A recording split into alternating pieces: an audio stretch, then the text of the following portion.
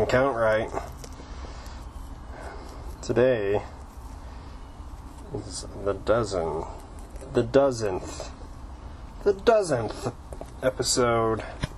Welcome to the dozenth episode of the Bowl30 podcast.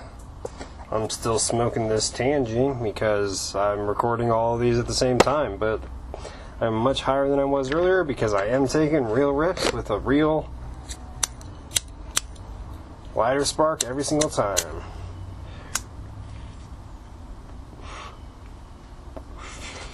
This is episode 12 of the Bowl30 podcast. Let's burn. Okay, so if you think about this. So if your clock speed of your computer is like, let's say it's 1 gigahertz, which is actually like a really slow processor these days. Like most things are running much faster than that, at like 2.2. But let's say 1 gigahertz. That means every minute, the computer is basically, it's kind of like it's turning off and on, but it's really just, it's flashing. Okay, and with each flash that happens, information can get transferred from one place to another with each flash. It's actually more like you get 4. I think the new Intels have 3. It takes 3 clock rates to occur for like a process to occur on average, right? For something to run through, for an operation to run through the CPU. But it basically, it flashes and then data gets stored in, let's say, your memory, and then it flashes again, and then that information is transferred again to some other part of the computer, right, or of the CPU even. But there's this flashing, and that's the clock speed, right? So your 1 gigahertz means I think it's 1 billion times a minute. That's how fast that system flashes. And so if you have that flashing occurring at 2 gigabytes, then everything's happening at twice the speed. So something that would take an hour would take 30 minutes, right? And so, but that only really applies to certain things, like if you're saving information, that can take a lot longer. But things like loading information, like if I'm loading a toolpath on one of my computers that runs at about 1 gigahertz, it can take I've loaded files that take an hour to load, right, into this program, because it's just reading this information and storing it into the program. But I have another computer that runs at 4 gigahertz. And when I run it on that thing, dude, it takes I swear it takes almost exactly 1/4 of the amount of time. It's amazing. So it's here's 2 machines that are doing, they look exactly the same. But, their power draw is probably pretty similar. I'm sure the one that's running at 4 gigahertz uses a bit more power though, but it's probably not a whole lot more. And, it's completing a task 4 times as fast. I mean, it's absolutely insane. But it's insane to think that the fucking thing is flashing on and off, more or less. That's what's happening inside of there. That many fucking times. And in a minute, 4 billion times in a minute, your computer is going flick, flick, flick, flick, flick, flick, flick, flick, flick, and every little flick is information bits traveling from one part of it to another, and doing all these crazy ass complex calculations.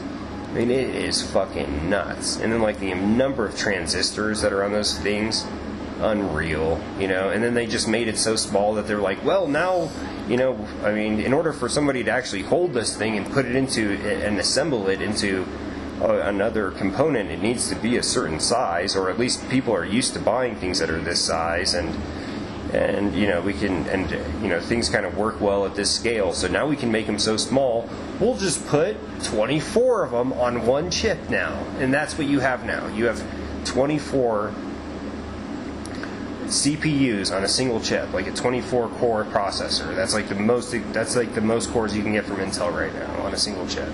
And those cost like I think they cost like $20,000. But you can buy a chip that has an octa-core processor that's, you know, like 4 years old for like $100 that sold new for $1,500. You can buy 2 of those and throw that into a dual core or dual CPU setup and run a pretty fucking badass machine. But like when you actually like think about like what is existing there, that you have billions of transistors in each of the cores of the CPU, and they're all calculating crazy ass shit that we can't even like. If for like it would require like a team of people explaining shit in front of a camera for like hours and hours, for weeks and weeks. You'd have to interview all these people that like work at Intel that design these fucking CPUs, because from what I understand, to design a CPU, there's like a team, there's like 8 teams of people, and each team has like 4 to 8 or maybe even 12 people on a team, depending on how big of a system that they're building. But, you know, they're laying out these transistors all over the place and engineering all this shit, and it would literally take, you know, most of those people being interviewed on camera and weeks of interview to understand like all the parts that work in an Intel CPU. There's that much shit going on that super micro scale. Like that wafer that shit's printed out of, like how they do that, holy fuck. Like watch how it makes on that shit. That is like, have you seen it? Like they do the etching and, but you know, they have to come up with that design of how that fucker is laid out. That's why they go to school for long periods of time. I think it would be like comparatively like building a computer diagram of all of the road systems in America and multiply that by like 1,000. I think that's how much shit like they have to lay out like on a CPU for like a modern Intel CPU. It has like that many intersections and roads. I don't think it's that complicated. I beg to differ. I think it's like immensely crazy complicated. But I don't even really know. Like someone out there probably will. Someone will comment and they'll be like, Evan was rambling about computers. He was totally wrong. How many? Or now I'll look into it. I'll be like, how complex? How many computers have to be linked together to work the satellite systems that people have in their cars that have the maps of all of the roads that have to be updated periodically because roads change? Yeah. Okay. How many computers did that take? What, to store it? To make it happen. I don't know. We'll be conservative and say 150. Okay? So, if it takes 150 computers to run a system that shows the map of all of the roads in the United States and other places as well. Yeah. See, I was just saying it's not that complex. I'm saying that the road maps are far more complex than the computer systems that make them accessible. No, I'm talking about like the transistor, those billions of transistors that are etched in at the nano scale. What's a transistor? Yeah, they're the wires are separated. Basically, like a CPU is like is made of silicone, right? Right. So you have like the silicone base, and then you have a layer that gets etched out with the pattern of the transistors, right? Right. And they function, they're electrical gaps that function to open and close, right? Right. Okay. So they're basically like a diode. They open and close. They're like super, super tiny diodes. Okay. So what does when it's flashing on and off? What is the CPU do? It's performing calculations on data that's presented More basic to it. You have bits You have on and off signals Even more basic code. that are coming in, and then the computer, the transistors are deciding Even to more point it in like certain directions. Okay. But Okay. you have electricity flowing, and basically that electricity is being saved You are in certain conducting places. electricity. Right. And that electricity can get translated into magnetic signal that gets written to a hard drive, for example. You're literally moving electricity around through a computer from place to place, And we understand how electricity works. Yes. No, fuck no. No, we do not know how electricity works. I mean, kind of. You're telling me that we don't know how to transmit, use, and create electricity. I'll tell you, your computer crashes a lot, and that probably is because of our lack of understanding of electricity. And Whose computer crashes a lot? well, not a lot, but you guys everyone has had their phone crash on them at some point, or anything you've had. It's probably, if it's a computer, it's probably crashed on you at some point. Okay. Right? And when that happens, I think that happens because of where we lack an understanding of electricity, but we have a huge understanding of how to use it and how to make it work. And I mean, obviously we have it work for us all the time, but you can have something work for you without really understanding like how it functions and how electricity works and moves. I mean, like with these, it's all theory. It's all theory and conjecture when you this is what I've been told. Have you ever met an there's electrical engineer? Well, I've engineered all sorts of stuff with electricity myself. Have you met an electrical engineer? I'm sure I've met one. Like I've talked to a lot of people, but like have I talked to one about? Have them explain electricity to you, because it's not theory. It's not well understood. Dude, I'll tell you this. It is very well How understood. fast does electricity travel down a wire? How fast? Well, that is dependent upon the thickness of the wire. Well, no, the what speed's it's actually made a out of. fairly constant thing, right? It basically travels at the speed of light through a wire, right? No. But that's actually true. No. Electricity travels down a wire near the speed of light.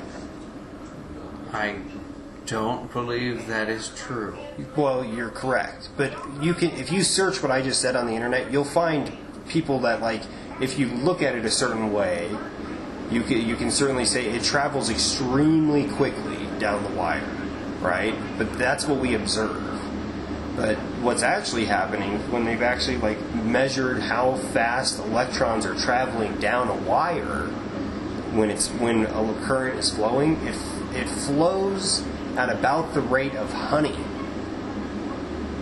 I swear, this is true shit.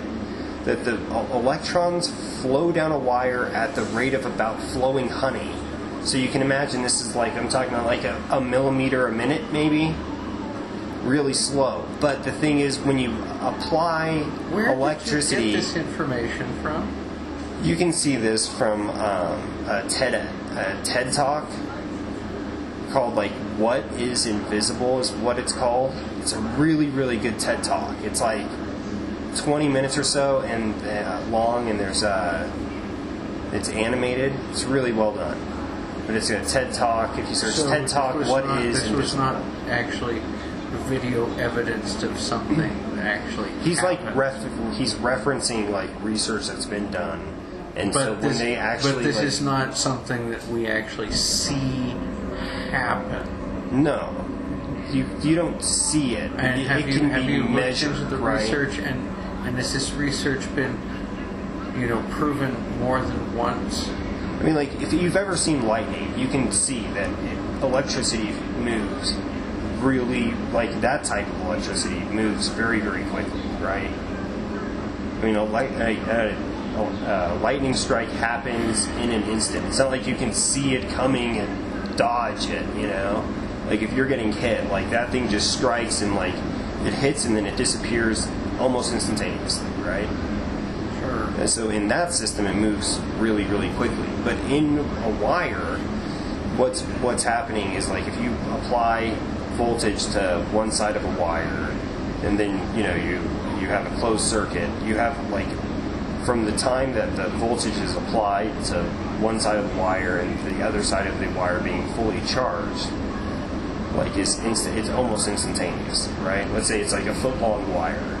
This happens like instantaneously, right? So you would say, well, like it's happening very, very quickly. It's not like you're waiting for the honey to reach the other side. No, it's like if you push, if you push a board across to the floor, there actually is a time delay from the time that you start pushing it on one end and it starts moving at the other end.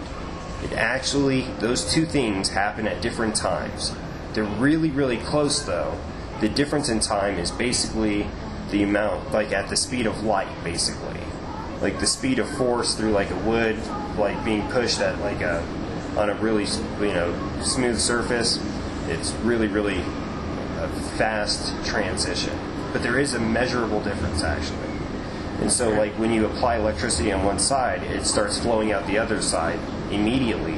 But it's just that you can imagine these electrons are just piled up along the surface of this wire and just pushing them from one side. Like when you're attaching the battery, just picture that rather than attaching the battery, you're pushing those electrons that are like packed balls in a tube, and that you're pushing them along. Like once you start pushing on one side, they start moving on the other instantaneously. Basically, there is a slight difference in time though. There's a slight delay, but the balls are moving, the electrons are flowing at about the rate of honey. They do travel down the wire really, really slowly, but does that make sense? Not often Can I explain that going well? to say that, but no, and hell no. That's bollocks. No, that's exactly what happens at the like micro level, like pretty much for sure. Like we've recently discovered that.